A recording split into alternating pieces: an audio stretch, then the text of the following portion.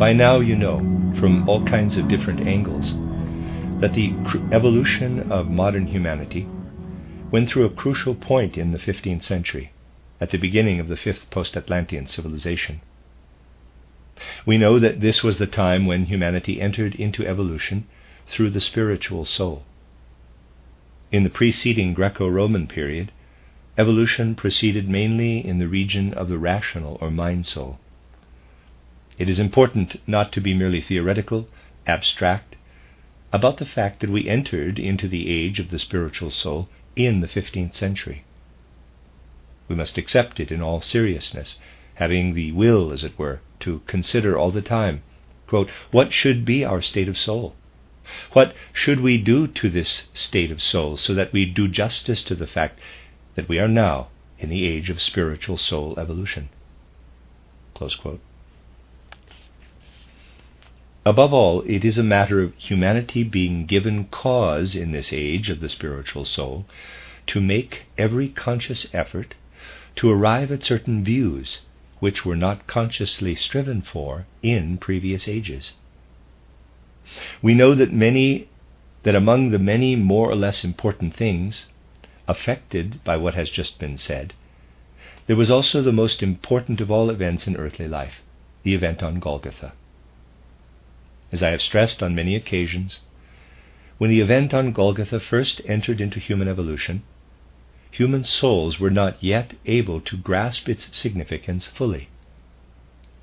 Full conscious awareness of the event can only come gradually.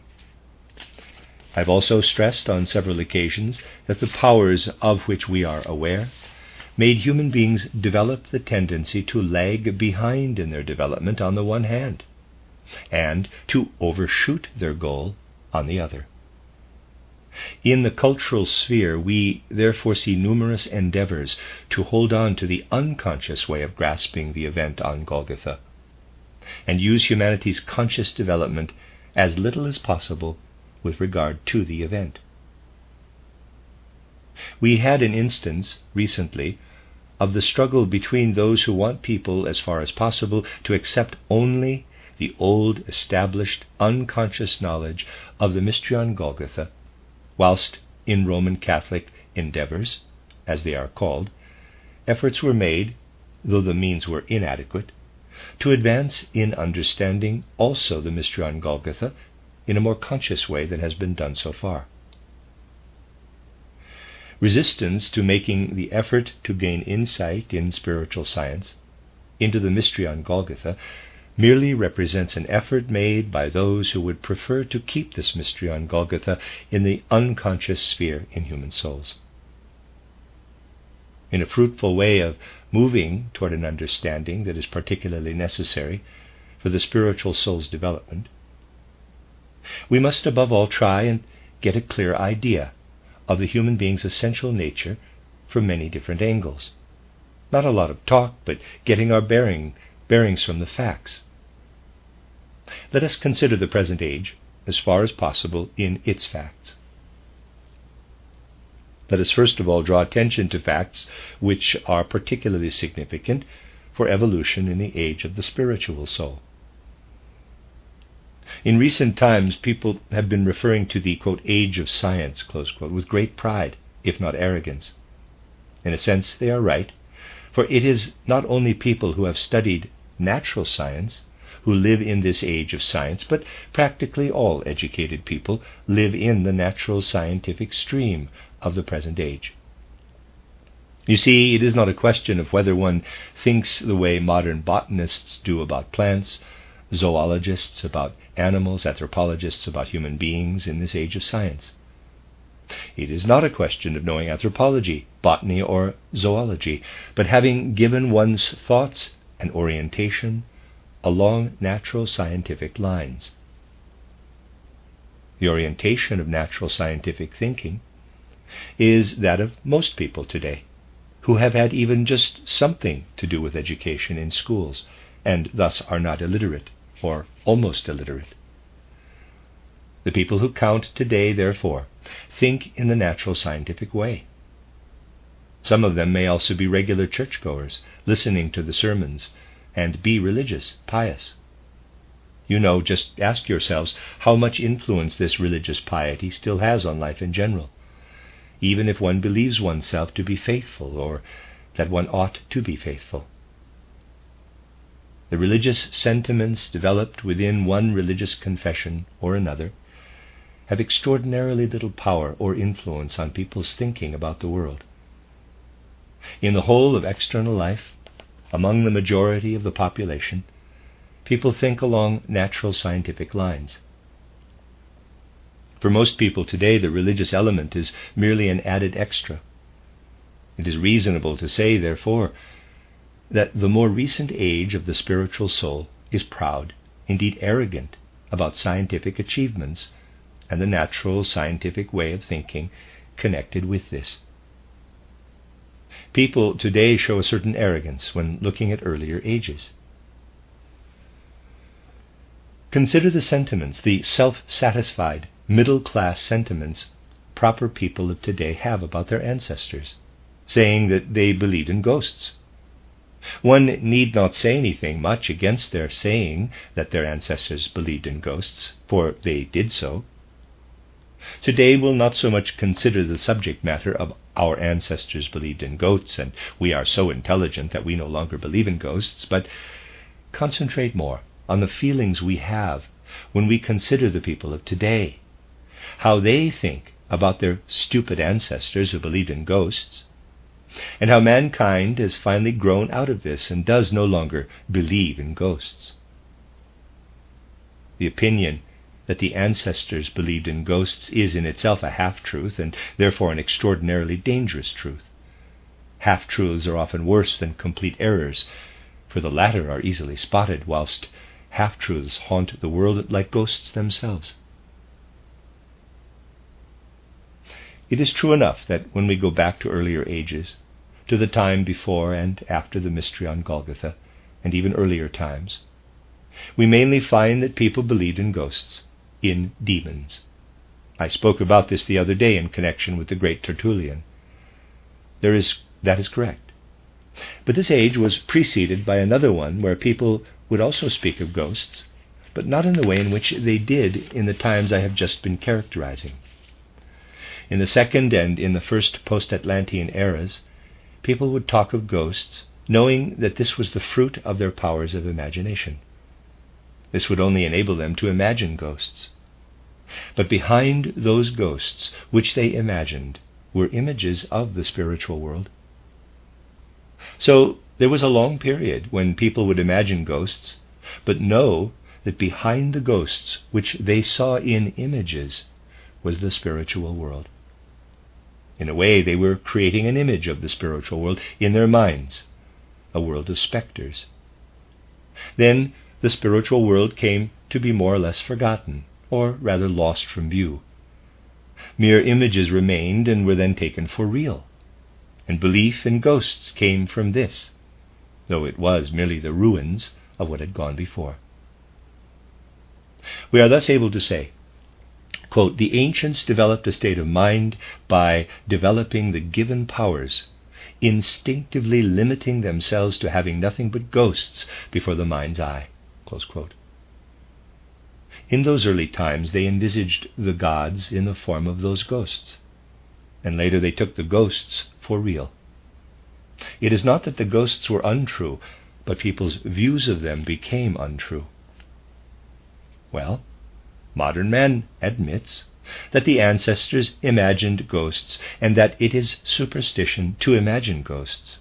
Pleased with himself and self-satisfied, he thinks he is a clever man.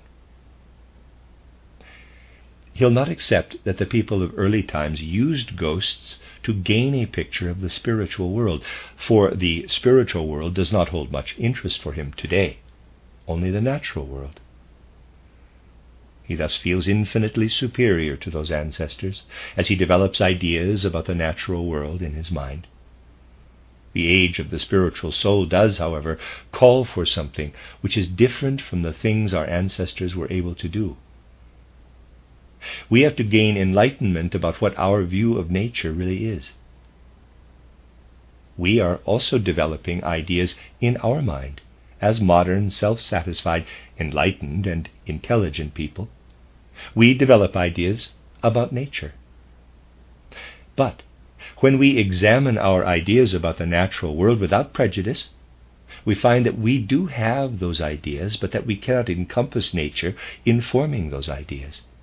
There are always limits to our understanding, as people tend to say. I have repeatedly spoken of a modern philosopher, someone who has not become widely known as an author, but has divulged things which others do not divulge, not having gone into them so deeply. Richard Wahler has written 2 major and a number of smaller books. He may be considered to be an exponent of modern man. We might say that everyone oriented toward the natural world really thinks the way Richard Wahler does. He has considered all the consequences, however, and this means that he became a professor of philosophy and immediately wrote a great tome on the end of philosophy, trying to prove on the basis of natural science that there should be no such thing as philosophy. In his tome, German über den Mechanismus des geistigen Lebens, on the mechanism of intellectual life, this professor of philosophy and philosophical author says strange things about his colleagues, the philosophers. He has said, more or less, that philosophers are, and philosophy is, like a restaurant. Before, chefs and waiters would be standing around and produce inedible meals for the guests. Now they were standing around with nothing to do.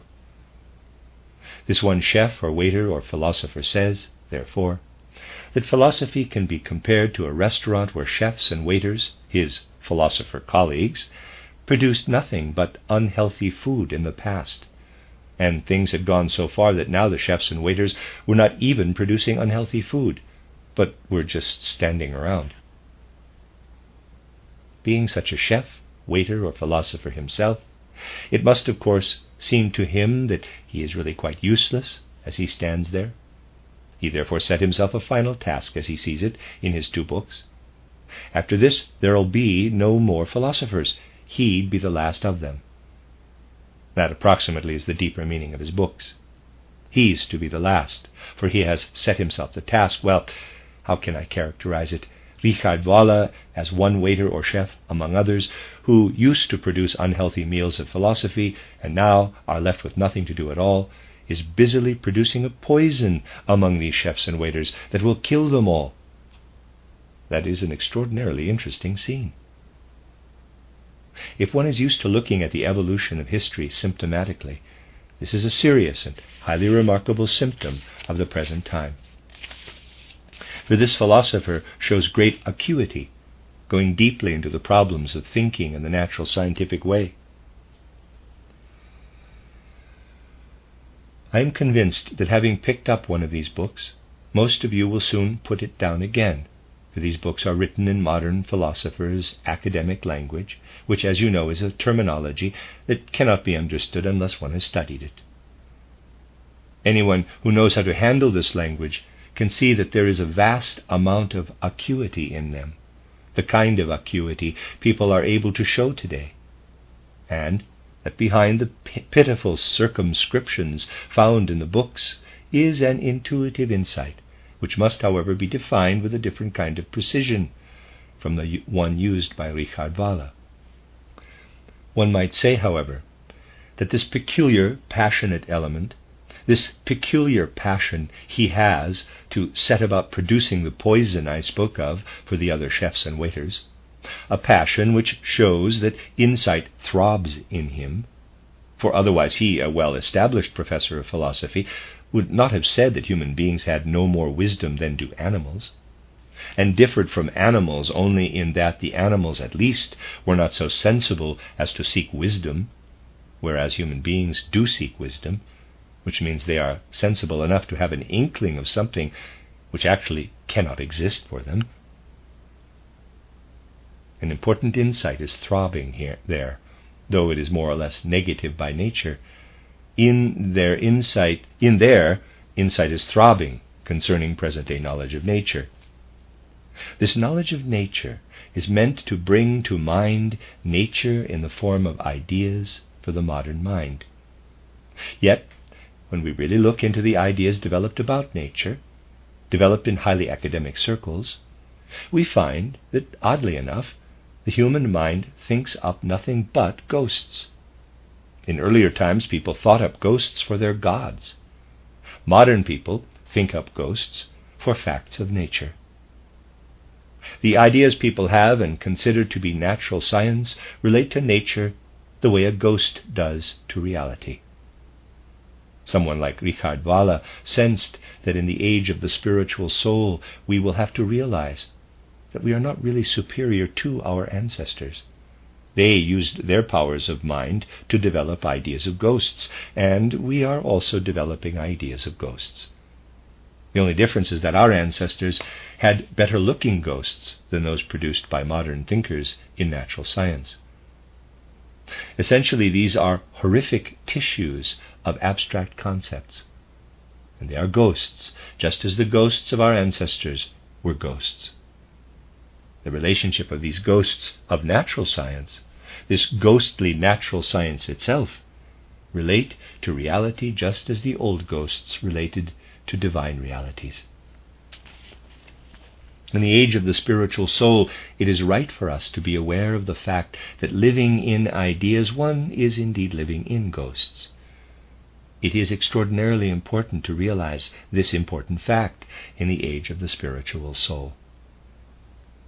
The ancients did not live in the age of the spiritual soul, and therefore were not obliged to gain awareness of the fact that their ideas were ghosts. Our natural scientists are also imagining ghosts, but in the age of the spiritual soul, it is our task to know that we are also imagining ghosts, that we are having ideas not about nature, but merely about nature ghosts. Our ancestors had developed from their ancestors, who had not taken the ghosts for real, but for images of divine influences, images of supersensible intelligences.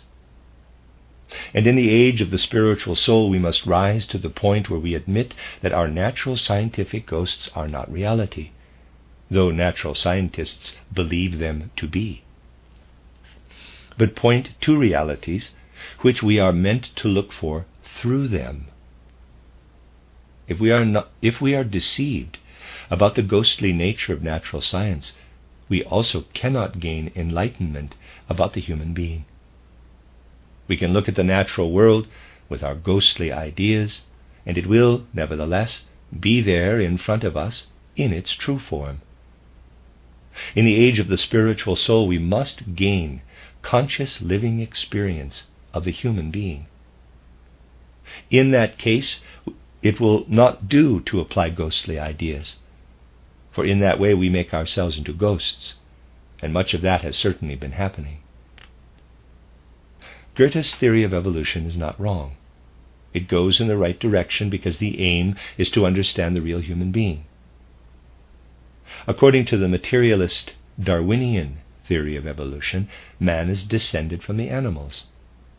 But although something in us does stem from the animals, or at least has a common origin with them, that is not the human being as such.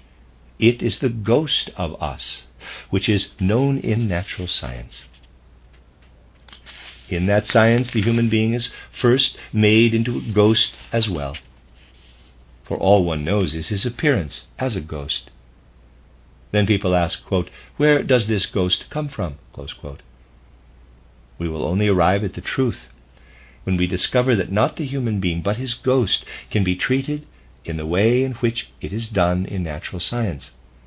One has to live, however, and you will unhesitatingly admit that you would not have come here, if you had not come yourself, but sent the homunculus, the ghost which according to natural science you are meant to think. If only the homunculi which live in your self-awareness were sitting here, I also would not be able to speak to these homunculi. You do bring your real human being here, but not in your conscious awareness. In the age of the spiritual soul, it will, however, be necessary to have conscious awareness of the real human being. We must advance from homunculus to homo. If that were not to happen, human beings would also come to experience the polar opposite of being ghosts.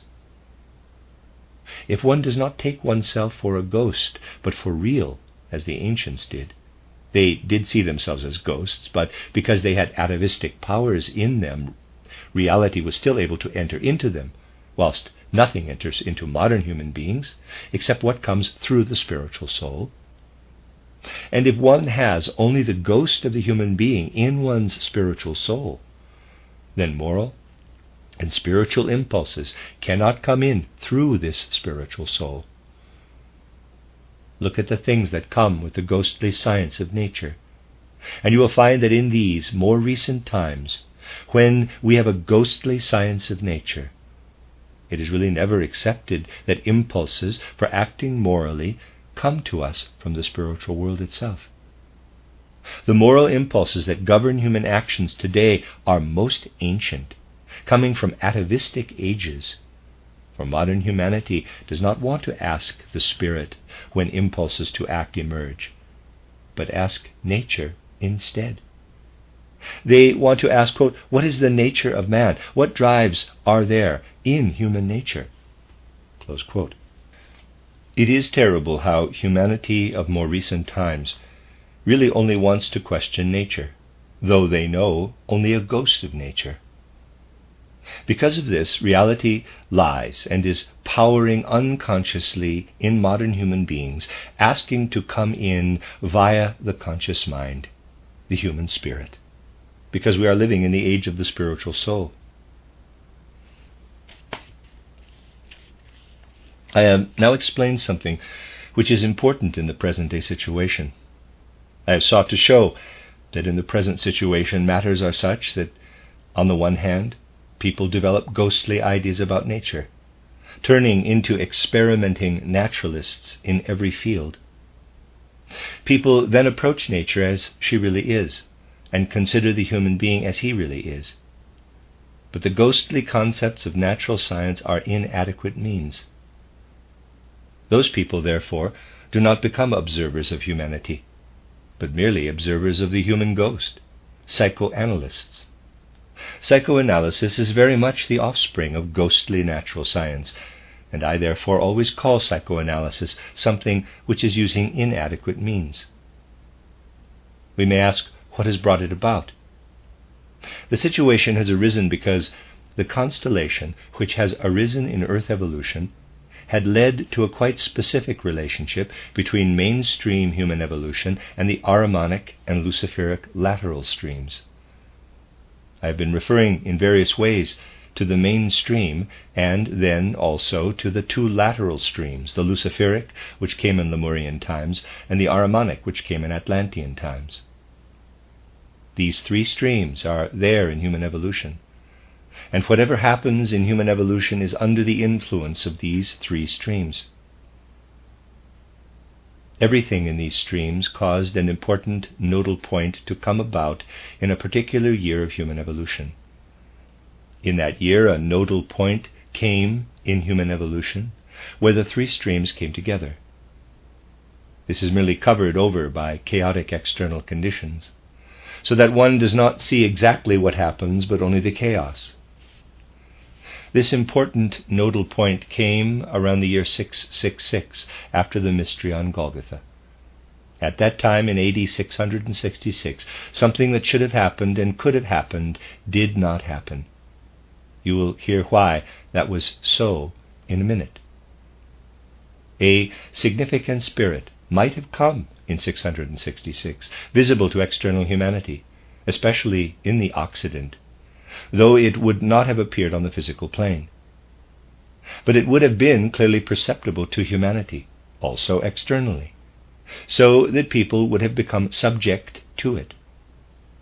If this spirit had appeared in the configuration which it had planned, we would not have the year 1918 now, but minus 666, only 1252.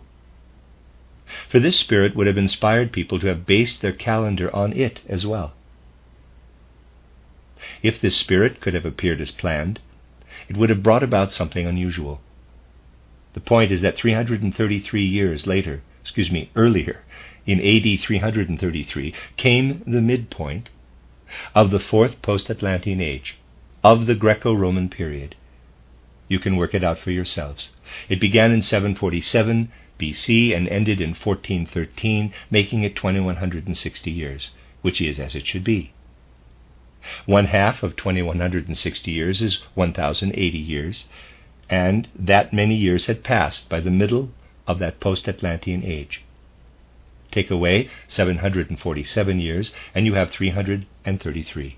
AD 333 was the middle of the Greco-Roman age. This midpoint did not come before the mystery on Golgotha, but really only after it. It signifies the greatest possible, though in fact not external, reality.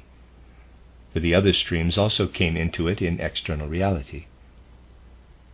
If evolution had continued in a straight line, and there had not been the lateral streams, there would have been the proper midpoint, and it would have been the high point in the age of the rational or mind soul. In that case, the rational or mind soul would have had to come to its utmost highest degree of development. This did not happen because the serpent had already got in, as it were, proposing to undertake a particular procedure with human evolution 333 years later, in 666. The procedure to which human evolution was to be subjected by this spirit, Sorat, spelled S-O-R-A-T, the beast, the dragon, was to be that having fully developed its spiritual soul, at a time when human beings had only come as far as the rational or mind soul, it would give human beings all the achievements in soul and spirit which they did not have through their rational or mind soul, and would only be able to make their own when they developed the spiritual soul, which would be at a later time. The culture of the spiritual soul was to be given to humanity prematurely. The situation in the world was such that 666 would have been the best time for this. The Spirit would then have had such an influence on the earth that it might have said, quote, "I will now teach human beings everything they will ever be able to find with their spiritual soul. I will now, in the age of the rational or mind soul, instill in human beings something which the gods, whose enemy I am, only want to give them in the next period of civilization." Close quote. Its aim was to mix the rational or mind soul together with the spiritual soul in a way that was not justifiable. Anyway, it would hardly have been possible to get the whole human race, who are, after all, at different stages of evolution, to take the content of the spiritual soul into their rational or mind souls. It might, however, have been possible with a large number of human beings. It could have succeeded, so that if this spirit achieved its aim, there would have been a number of geniuses in the world, especially among the educated people of the Western world. For they would indeed have been geniuses. Something that people would not have been able entirely to go along with, people who were still lagging behind in evolution, and will normally only know in 2493, remember, in the middle of the age which started in 1413. For if you add half a period of civilization, which would be 1080 years, to 1413, this will give you 2493, could have bubbled over at that time. Not the way it would later have been, but through powers of foresighted fantasy, and reveal itself to an unsuspecting humanity in the Western world. Strange phenomena were planned. If you consider the ideals of present-day natural science, and hear people speak of the great advances made in recent decades, just imagine the ideas which the same people might have as to what humanity on Earth would be like in 2493, considering how clever they are already in 1918. They would not have produced machines, and so on, experimented, done things the hard way. But with powers of genius, they would have had an idea of things in advance and would also have done much. The year 666 was meant to flood humanity with insight and a civilization which the right and original gods have planned for man in the third millennium.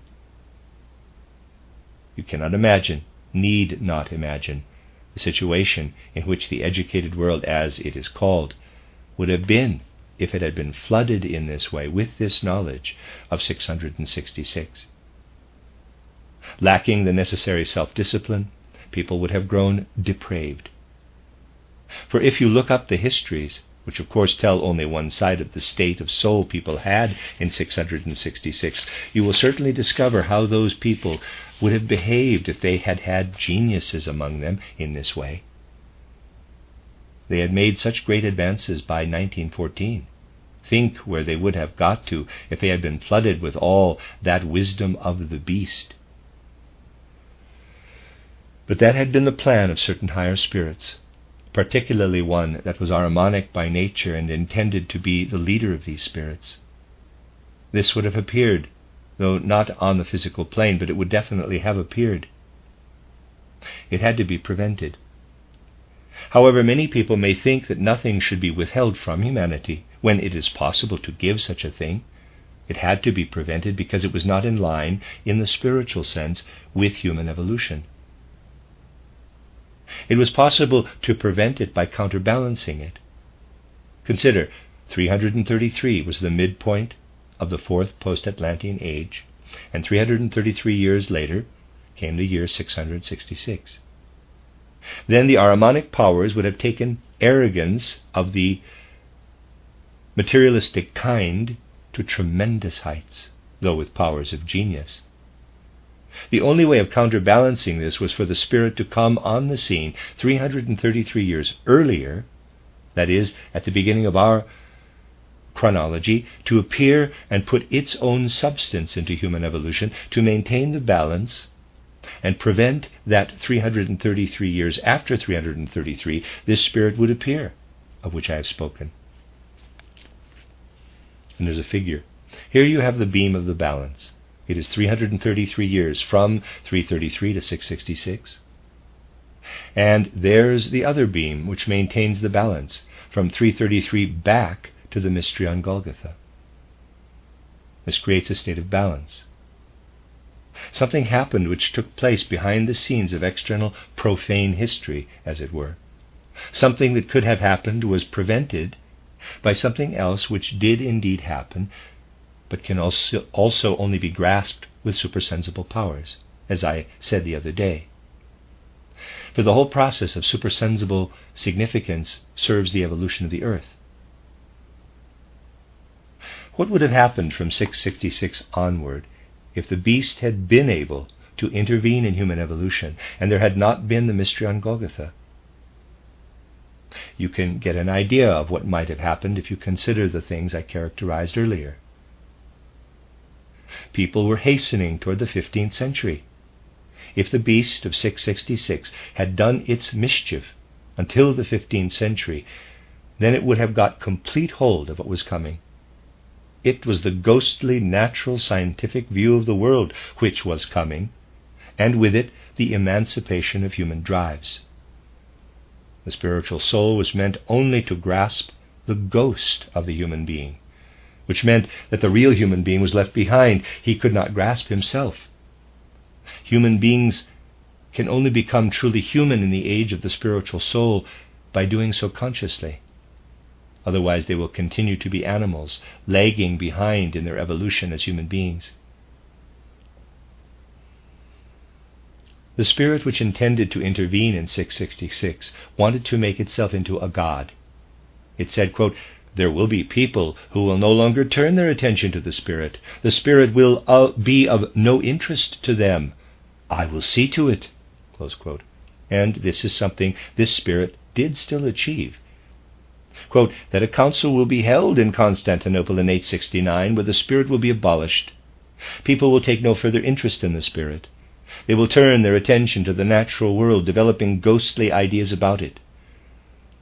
Then, with human beings not noticing, because they will not perceive themselves to be real human beings but ghosts, I shall have the spiritual soul completely in my power. I shall deceive human beings about themselves. I will let them see themselves only as ghosts, and then pour all the wisdom of the spiritual soul prematurely into their rational or mind soul. Then I'll have them. I'll have taken hold of them." Close quote. What would have been achieved?